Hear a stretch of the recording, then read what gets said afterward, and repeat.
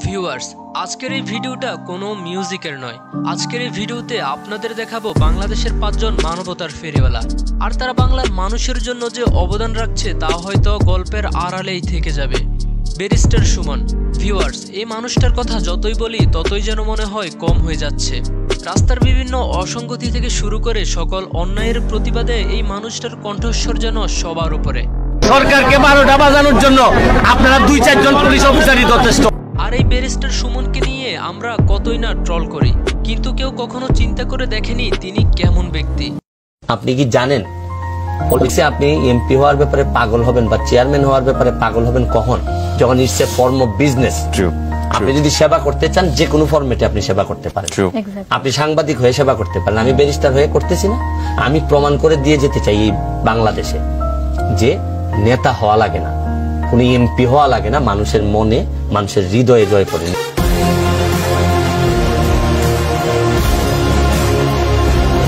আর তিনি সিলেটবাসীর জন্য যে অবদান রাখছে তা সত্যি প্রশংসার দাবিদার। এবং সিলেটের বন্যা পরিস্থিতিতে শুরু থেকে এখনো পর্যন্ত তিনি কাজ করে যাচ্ছেন। প্রথম দিনে 70 লাখ, পরের দিনে ছিল 97 লাখ, আর আজকে পর্যন্ত এটা 1.5 কোটি টাকা পার হয়ে গেছে। আরেকজন ব্যারিস্টার সুমনের গল্প হয়তো কখনো শেষ হবার নয়।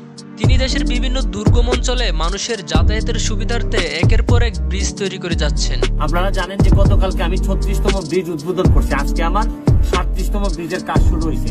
জীবনের স্বপ্ন হচ্ছে গিয়ে যে 100তম ব্রিজ আমি শেষ করে পৃথিবী থেকে বিদায় নিতে। আর যেখানে দেশের ফুটবলের বেহাল দশা, সেখানে তিনি বাংলার ফুটবলকে নিয়ে গেছেন অনন্য উচ্চতায়।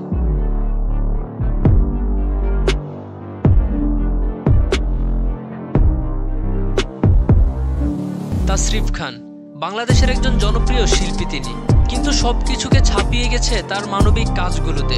দেশের দুর্বিষহ অসহায় মানুষদের পাশে একের পর এক দাঁড়াচ্ছেন তিনি। কখনো ফুলে পেঁচিয়ে টাকা দেওয়া, কখনো রিক্সা কিনে কর্মসংস্থান দেওয়া, আবার কখনো বা চাচা চাচির স্বপ্ন পূরণ করা। আর সিলেটের বন্যায় সবার আগে সিলেটবাসীর পাশে দাঁড়িয়েছে তাসরিফ খান, যেখানে তিনি 2 দিনে 16 লক্ষ টাকা উঠিয়েছেন। আর তাদের সুন্দর কাজ দেখে বাংলাদেশ সেনাবাহিনী তাদের টিমের সাথে যুক্ত হয়েছেন।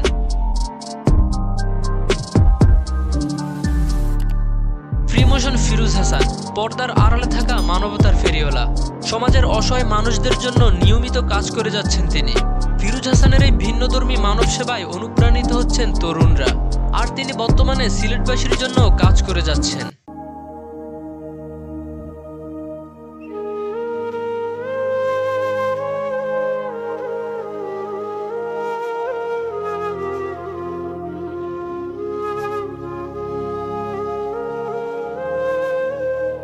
ফারাজ করিম চৌধুরী চারপাশে নানা অনিয়মের বিপরীতে অবিরাম ছুটে চলেছেন এই স্বপ্নবাজ তরুণ। একের পর এক ব্যতিক্রমী কর্মকাণ্ড সামাজিক মাধ্যমে তুলে ধরে দেশের মানুষদের মনে জায়গা করে নিয়েছেন তিনি। আপনাদের মধ্যে কেউ চায়ের দোকান দিবেন, দেন, কোনো অসুবিধা নেই। আমি চায়ের দোকানদারের সাথে কাজ করতে রাজি আছি, কিন্তু আমি চাঁদাবাজের সাথে কাজ করব না। এবং তিনিও সিলেটের মানুষের পাশে আছেন। 3টা 10টা বাসা, 20টা 30টা 40টা 50টা বাসা না, 80টা 100টা না, ওখানে যদি 200টা 300টা 400টা 500টা বাসাও লাগে, ইনশাআল্লাহ আমি ওয়াদা করলাম পুরো গ্রামটা আমি বানাবো। তৌহিদ আফ্রিদি বাংলাদেশের নাম্বার 1 ইউটিউবার, কিন্তু তার মানবিক কর্মকাণ্ডগুলো ছাপিয়ে যায় সবার উপরে।